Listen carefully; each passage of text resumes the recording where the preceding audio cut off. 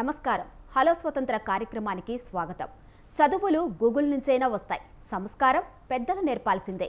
ఈ మాట నేటి తరం పిల్లలకు సరిగ్గా సరిపోతాయి.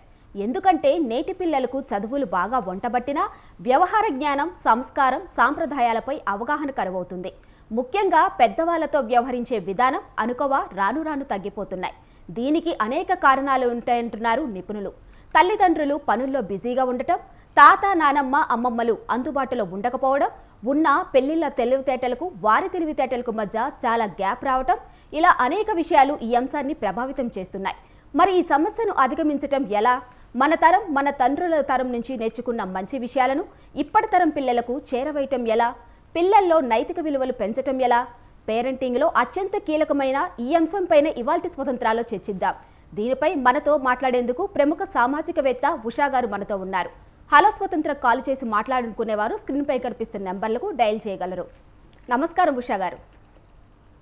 నమస్కారం మేడం. మేడం, తల్లిదండ్రులతో పిల్లల ప్రవర్తన అప్పటికిప్పటికి తేడా ఏంటి మేడం? అంటే ఒకప్పుడు చాలా ట్రెడిషనల్ ఫ్యామిలీస్లో ఉండేవి కాబట్టి చెప్పిందే వినడం, నేను చెప్పిందే వేదం అన్న పద్ధతిలో ఉండేది.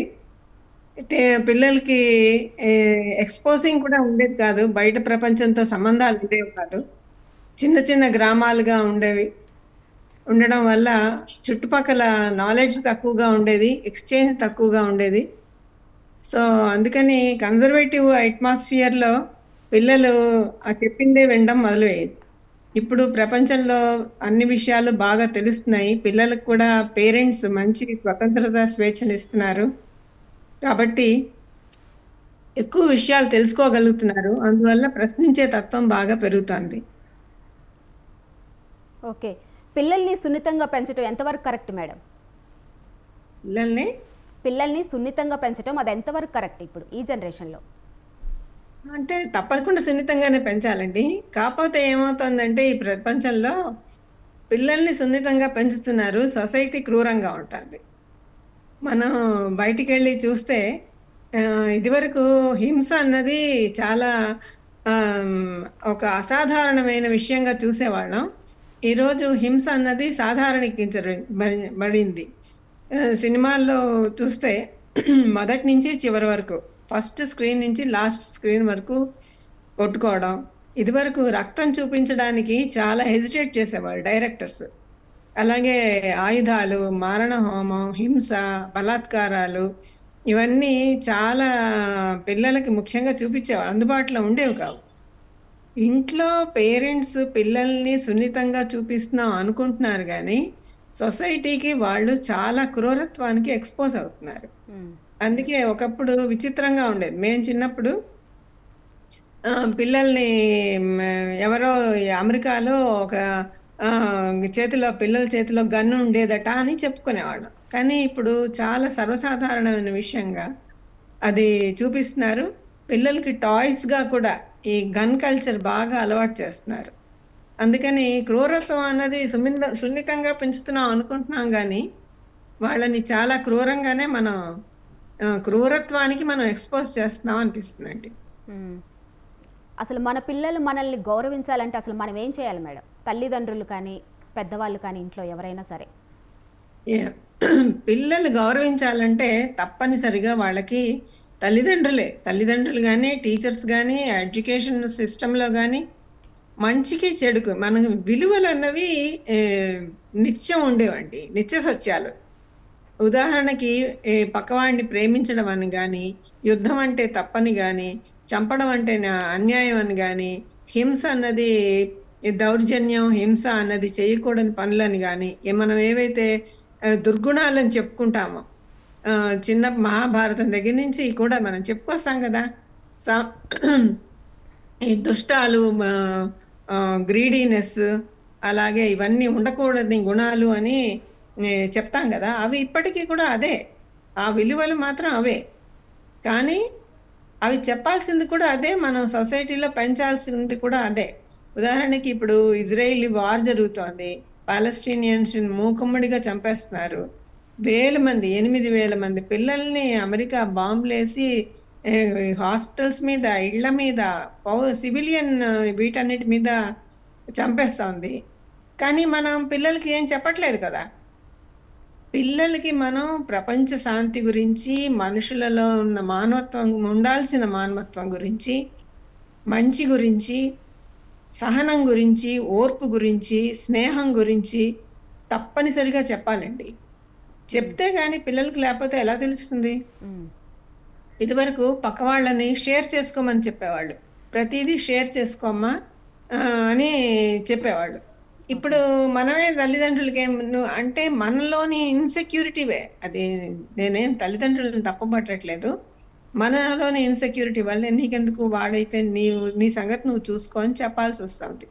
అదే నేను అనుకోవడం చాలా నష్టానికి, సమాజం మొత్తం నష్టపడేటట్టు తయారు చేస్తుందేమో పిల్లల్ని అని. మనం ఏదైతే సున్నితం అని అనుకుంటున్నామో ఆ సున్నితం అది అది కాదు. షేరింగ్ అండ్ కేరింగ్ అన్నది చాలా ఇంపార్టెంట్. ఈ విలువలని మనం పెద్దవాళ్ళంగా, టీచర్స్ కానీ, పేరెంట్స్ కానీ తప్పకుండా పిల్లలకి చెప్పే తీరాలని నేను అనుకుంటున్నానండి. ఓకే మేడం, మనతో మాట్లాడడానికి ఒక కాలర్ లైన్లో ఉన్నారు, వారితో మాట్లాడదాం. హలో, నమస్కారం అండి. నమస్తే మేడం. హలో, నాకు మీరు కనిపించట్లేదు మేడం. నమస్కారం అండి. నమస్కారం అండి. చెప్పండి అండి. పిల్లల కంప్లైంట్స్ అంటే మెయిన్ తప్పు చేసినా పిల్లలు ఒప్పు చేసినా సరే తల్లిదండ్రులే బాధ్యత అండి. అవును, హలో, కరెక్టే. అవునండి, కరెక్ట్. తల్లిదండ్రులు బాధ్యత అండి. ఎందుకంటే అవును, వాళ్ళు చిన్నతనం నుండి పెద్ద అయ్యే వరకు ఈ మధ్యలో మన చెప్పే విధానం పట్టించే వాళ్ళు మారుతారండి. అవును, అందులో డిస్ప్యూట్ లేదండి. లేదు, ఇప్పుడు మళ్ళీ ఇప్పుడు అంతతో జాయింట్ ఫ్యామిలీలు ఎక్కడ లేవండి. అవసరం లేదండి. జాయింట్ ఫ్యామిలీలే ఉండాలి కాదు, విలువలు నేర్పించడానికి. జాయింట్ అంటే మనిషి పుట్టిన దగ్గర నుంచి ఒకేలా లేరండి. కుటుంబ వ్యవస్థ కూడా మొదట్లో గుంపులు ఉండేవి, తర్వాత సామూహిక కుటుంబాలు వచ్చాయి, తర్వాత ఒంటరి వచ్చాయి. దట్ డజంట్ మీన్ అది విలువల్ని మార్చాల్సిన అవసరం ఏం లేదు. పేరెంట్ గా కూడా 24 గంటలు మనం పిల్లలతో ఎంతో కొంత సమయం ఒక్క క్వాలిటీ టైం అన్నది స్పెండ్ చేయడం చాలా ఇంపార్టెంట్.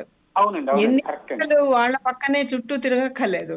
ఉన్న 10 నిమిషాలు వాళ్ళు మనకి ఈ విలువలని గౌరవించడం, పెద్దల్ని గౌరవించడం కానీ, చిన్నపిల్లలతో స్నేహంగా ఉండడం, పక్క వాళ్ళతో మంచిగా ఉండడం, ఈ విలువలు ఏవైతే మనం అనుకుంటున్నామో అవి నిజమైన విలువలు. అవి ఈ ఆచంద్ర తారార్కం అంటారు చూసారా, అవి మనం గౌరవించడమే మానవ సమాజం తప్పనిసరిగా ఈ మనుగడ సాగించాలంటే శాంతి ఉండాలి. శాంతికి ఇవన్నీ కూడా లక్షణాలు ఉండాలి. ఇవన్నీ మన పిల్లలకి నేర్పించాలి. దానికి కుటుంబమే మొదటి బాధ్యత. తల్లిదండ్రులే తప్పనిసరిగా బాధ్యత తీసుకోవాలి. కరెక్ట్ అండి, తల్లిదండ్రులే బాధ్యత తీసుకోవాలి. కరెక్ట్ అండి. ఎందుకంటే చిన్నతనం నుండి మనం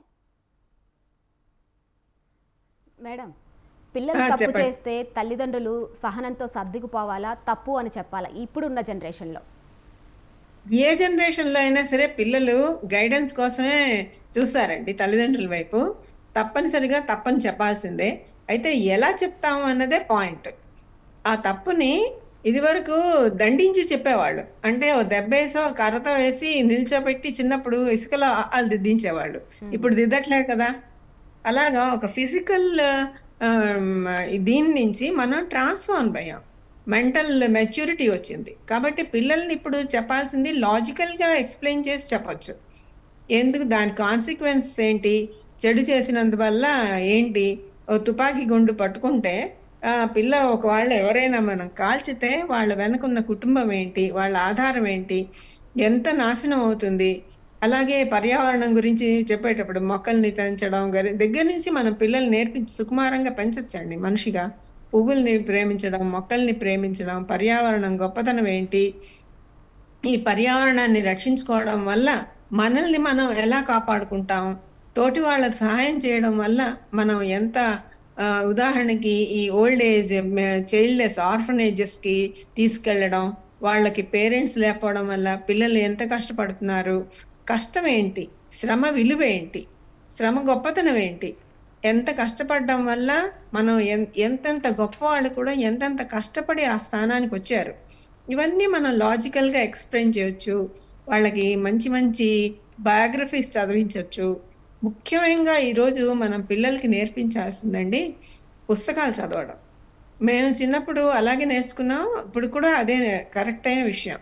ఎందుకంటే బయోగ్రఫీస్ చదవడం వల్ల ఎంత త్యాగం చేసి, ఎంత కష్టపడి ఎవరైనా సరే ఆ స్థాయికొస్తారు. పిల్లలకి బాగా అర్థమవుతుంది. చక్కగా ఇంప్రెస్ అవుతారు. ఒక సండే అయినా సరే, వారంలో ఒక రోజైనా తీసుకొని ఖచ్చితంగా పిల్లలకి పుస్తకాలు చదవడం మీద ఇంట్రెస్ట్ స్పెషల్‌గా క్రియేట్ చేయాలి. అటెన్షన్ డ్రా చేయాలి. ఊరికే ఆల్ఫా, బీటా చెప్పడం కాదు. చక్కటి కథలు, చక్కటి బయోగ్రఫీస్, ఇన్స్పైరింగ్ స్టోరీస్ పెద్దలు చదవాలి, పిల్లలకు కూడా నేర్పించాలి. తప్పనిసరిగా ఇటువంటివి అవి అనుసరిస్తే పిల్లలు నేర్చుకుంటారు. ఏ రోజుకి పిల్లలు ఏం మారిపోలేదండి. వాళ్ళు ఆలోచన విధానంలో ఇంకా ఫాస్ట్‌గా ఉన్నారు. మనకన్నా ఈరోజు పిల్లలు చాలా తొందరగా నేర్చుకోగలుగుతున్నారు. ఎందుకంటే వాళ్ళకున్న అవకాశాలు చాలా ఎక్కువ. ఈరోజు అన్నీ అందుబాటులో ఉంటున్నాయి. కాబట్టి ఈ అందుబాటులో ఉన్న శాస్త్ర విజ్ఞానాన్ని పిల్లలు అందంగా, చక్కగా, స్నేహపూర్వకంగా పెరగడానికి పెద్దలు సహాయం చేయాలి. ఓకే మేడం, కొంచెం మీ ఫోన్ మిడిల్కి పెట్టుకోరా. ఓకే, పిల్లలకి చిన్నప్పుడు మనం ఎలా పెంచుతామో ఆ ప్రభావం ఎలా ఉంటుంది మేడం? పెద్దయిన తర్వాత కూడా అలానే ఉంటారా, మారిపోతారా అసలు? తప్పకుండా అలాగే ఉంటారండి. చిన్నప్పుడు నేర్చుకున్న బాల్య స్నేహాలు, చిన్నప్పటి విలువలు మనం చిన్నప్పుడు చదువుకున్నాం. మరి శివాజీని వాళ్ళ అమ్మ పెంచింది, అందుకని అంత వీరుడయ్యాడు. అలాగే కుంతీదేవి పిల్లల్ని మన దీనిలోనే సాహిత్యంలోనే చాలా ఉంది తల్లి ప్రభావం. భరతుడిని శకుంతల ఎలా మౌల్డ్ చేసింది, ద్రౌపది నీ గురి కానీ, కుంతి పిల్లలందరినీ చదువులు చెప్పించడానికి ఎటువంటి శ్రద్ధ తీసుకుంది. అలాగా ప్రతి స్టేజ్లో కూడా మనకి రకరకాలుగా పిల్లల్ని పెంచడంలో తల్లుల పాత్ర, తండ్రుల పాత్ర, ముఖ్యంగా తల్లుల పాత్ర ఎంత ఎక్కువగా ఉంటుంది. ఆ క్యారెక్టర్ చివరి వరకు ఉంటుంది అది. అందుకనే first 3 years mind formative years. So మొదటి 3 ఏళ్ళు బ్రెయిన్లో మనం ఏవి పదిలంగా పెడతామో అవి చివరి క్షణం వరకు ఉంటాయి. చివరి క్షణం వరకు ఉండాలి అంటే ఈ విలువల్ని మనం తప్పనిసరిగా వాళ్ళకి చెప్పాలి. ఏ విలువలైతే వాళ్ళని జీవితాంతం కాపాడుతాయో, అంటే స్నేహం, ధర్మం, శాంతి, సహాయం, సహృద్భావం, ఇవన్నీ కూడా మనం విలువలు అనుకుంటున్న వాటిని ఖచ్చితంగా చెప్పాలి. అదే సమయంలో చెయ్యకూడని పనులు కూడా మనం చెప్పాలి. తల్లిదండ్రులు ఎలా ఉంటే పిల్లలు అలానే పెరుగుతారంటారు కదా మేడం. మరి ఇప్పుడు జనరేషన్లో పిల్లలు మనం భయపడినట్టు ఎందుకు భయపడట్లేదు అసలు తల్లిదండ్రులకి? పిల్లలు భయపడతారండి, ఎందుకు భయపడరు? భయపడితే ఇంతమంది పిల్లలు ఎలా చదువుకుంటారు? ఒకే విషయం ఏంటంటే, ఈ రోజున్న ఎకనామిక్ కండిషన్స్ వల్ల పేరెంట్స్ పరిగెత్తాల్సి వస్తుంది. పరిగెత్తాలంటే 20 నైట్ డ్యూటీ, డే డ్యూటీస్, రోజులో 10 గంటలు. ఇది వరకు మనకి చక్కగా పొద్దున్న నుంచి సాయంత్రం వరకే పని. ఇప్పుడు ఆఫీస్కి 10 నుంచి 5 అని కాదు, టైమే లేదు. ఈ సొసైటీలో పిల్లల్ని సెక్యూర్డ్గా చూసే అవకాశం మనం కల్పించట్లేదు. ఉదాహరణకి లేబర్ లాస్ ఇదివరకు 8 hours వర్కింగ్ డే ఉండేది. మనం ఇప్పుడు మార్చేశారు, అన్కండిషనల్ 12 గంటలైనా చేసుకోవచ్చు. సో అందరూ ఇదివరకు మినిమం వేజెస్ ఉండేవి, ఇప్పుడు వేజెస్ లేవు. సో 2-3 పనులు చేసుకోవాల్సి వస్తుంది. అబ్బాయిలైనా, తండ్రులైనా, తల్లులైనా. తల్లులు ఇదివరకు పిల్లల్ని చూసుకోవడానికి ఒక కాన్సన్ట్రేట్ చేయడానికి అవకాశం ఉండేది. ఇప్పుడు వీళ్ళు ఫైనాన్స్, వాళ్ళకి తిండి పెట్టడానికే వీళ్ళు పగలు రాత్రి తల్లిదండ్రులు పరిగెత్తాల్సి వస్తుంది. వీటికి వ్యతిరేకంగా తల్లిదండ్రుల ముందు అర్థం చేసుకొని పిల్లల పెంపకంలో కాన్సన్ట్రేషను, ఇంటి గురించి శ్రద్ధ చేయాలంటే తప్పకుండా ఇటువంటి చట్టాలని మనం వ్యతిరేకించాలి. పార్లమెంట్లో ఏమీ ఎదురు లేకుండా పాస్ అయిపోతున్నాయి బిల్లులు. ఆ, వ్యవసాయ వ్యతిరేక చట్టాలు కానీ, కార్మిక వ్యతిరేక చట్టాలు కానీ 90% ఉన్న కార్మికులకి అడ్డగోలుగా చట్టాలు చేస్తే మనం కుమ్మనట్లే. సో మరి వీటి ప్రభావం పిల్లల మీద ఉంటుంది కదా. మనదే కదా మన డబ్బులు. అలాగే వాళ్ళ చదువు అంతా ప్రైవేటైజ్ అయిపోతుంది. డబ్బులు ఇదివరకు మేము ఎంఏ వరకు రూపాయి కట్టలేదు ఫీజు. నేను ఫ్రీ చదువు చదివాను. 1వ క్లాస్కే లక్షలు లక్షలు ఫీజు కట్టాల్సి వస్తుంది. ఈ ప్రైవేటైజేషన్ కారణం ఎవరు? మనం చేసుకున్న చట్టాలు కదా, మనం వ్యతిరేకించాల్సిన వాటిని కదా. మన పిల్లలకి మన చట్టంలో రాసుకున్నాం, కంపల్సరీ ఎడ్యుకేషన్ ఇవ్వాలి, భావి భారత పౌరులను తీర్చిదిద్దడానికి గౌరవప్రదమైన జీవితాన్ని భారతదేశం పౌరులందరికీ ఇవ్వాలి అని రాసుకున్నాం. కానీ ప్రదంగా బతకాలంటే కావలసిన ఆర్థిక పరిస్థితి ఈరోజు మనకి ఉండట్లేదు. అట్లీస్ట్ బతుకుదాం అనుకున్న దానికి కూడా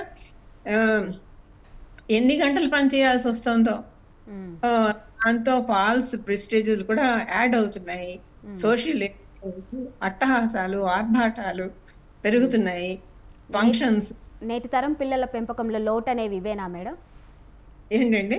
నేటి తరంలో పిల్లల పెంపకంలో లోట్లు అనేవి ఇవేనా? ఇంకా ఏమన్నా ఉన్నాయా?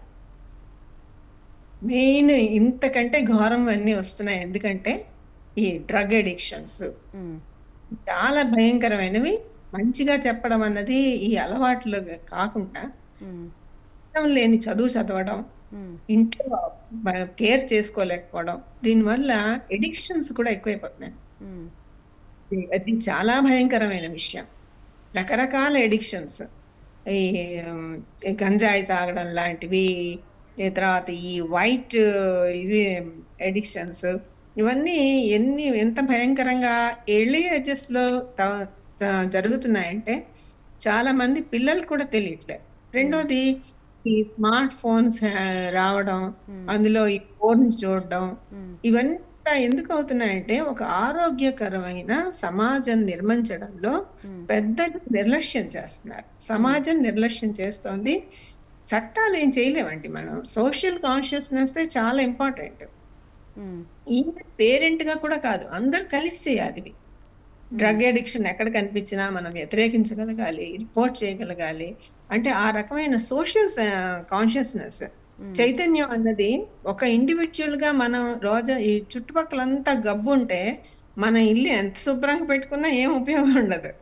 అలాగా సమాజంలో ఉన్న ఈ చెత్త అంతటిని నిర్మూలించడానికి మనమే శ్రద్ధ తీసుకోవాలని నేను గట్టిగా ఫీల్ అవుతానండి. అటువంటి ఇన్సెక్యూర్డ్ అట్మాస్ఫియర్, కిడ్నాపింగ్స్ కానీ చాలా చెడ్డవన్నీ కూడా చాలా సహజంగా ఉన్నట్టు చిత్రీకరించబడుతున్నాయి.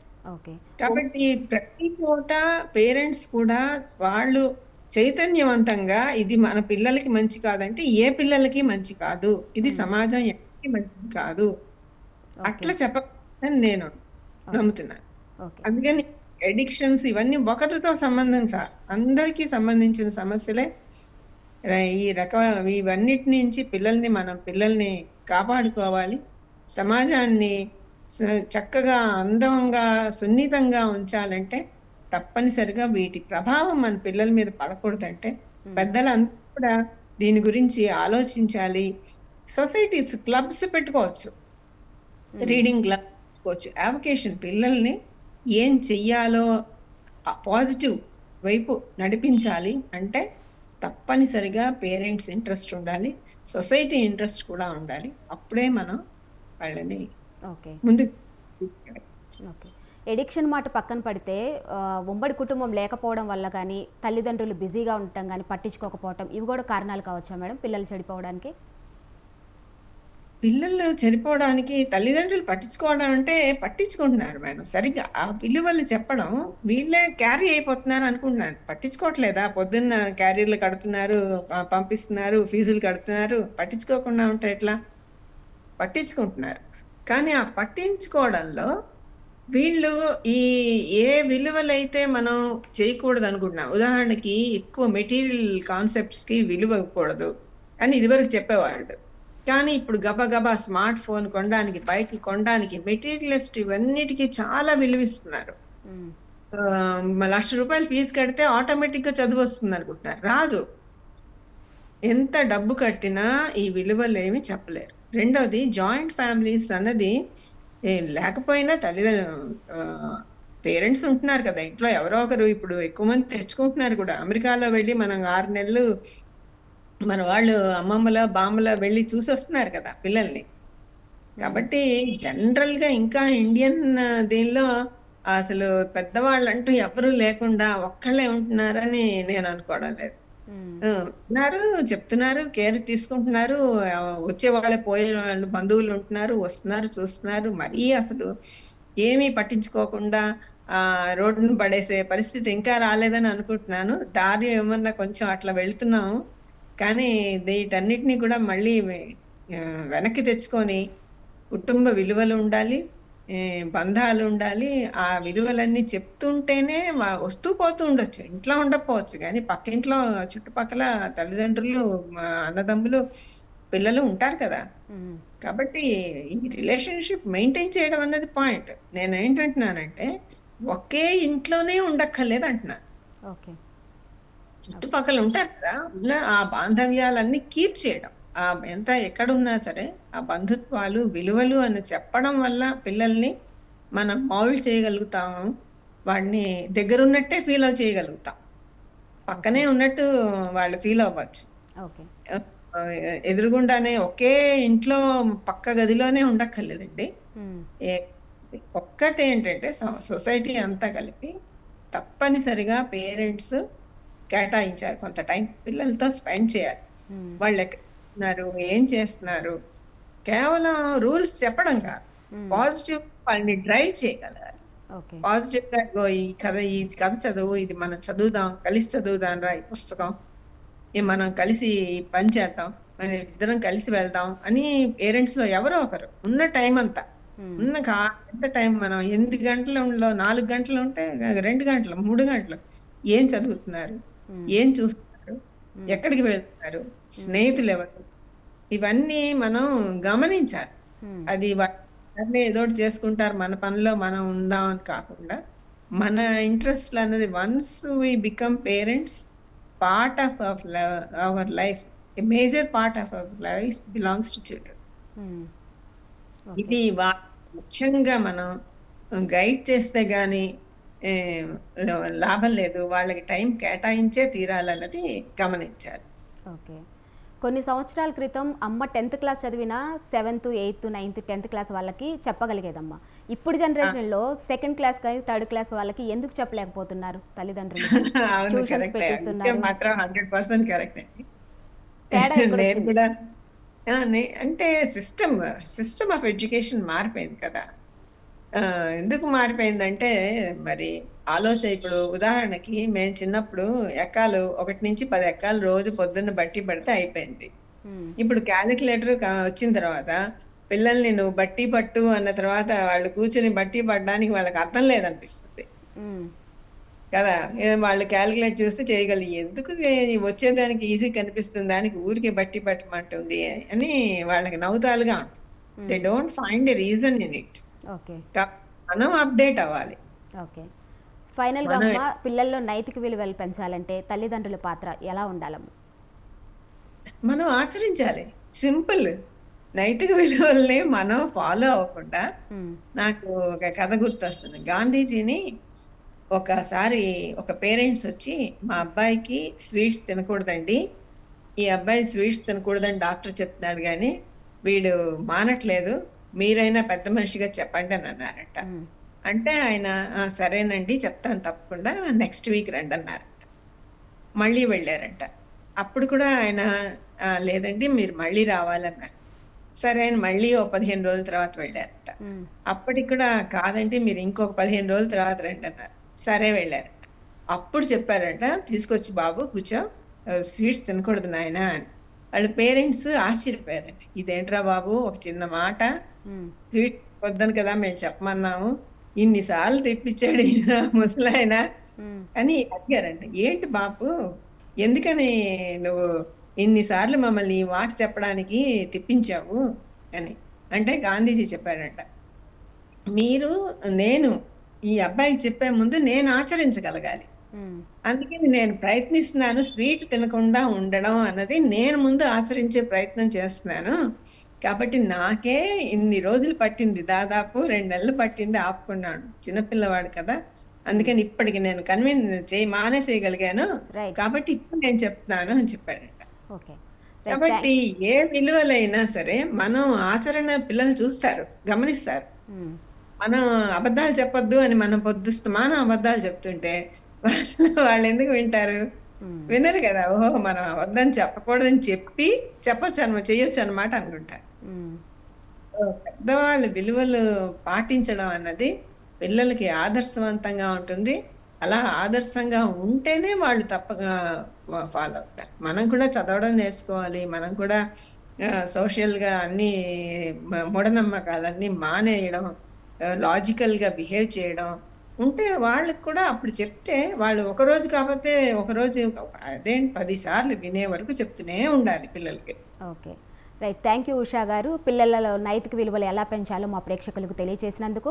సో ఇదండి ఇవాల్టి హలో స్వతంత్ర కార్యక్రమం. రేపు మరొక అంశంతో మళ్ళీ కలుసుకుందాం. అంతవరకు సెలవు. నమస్కారం.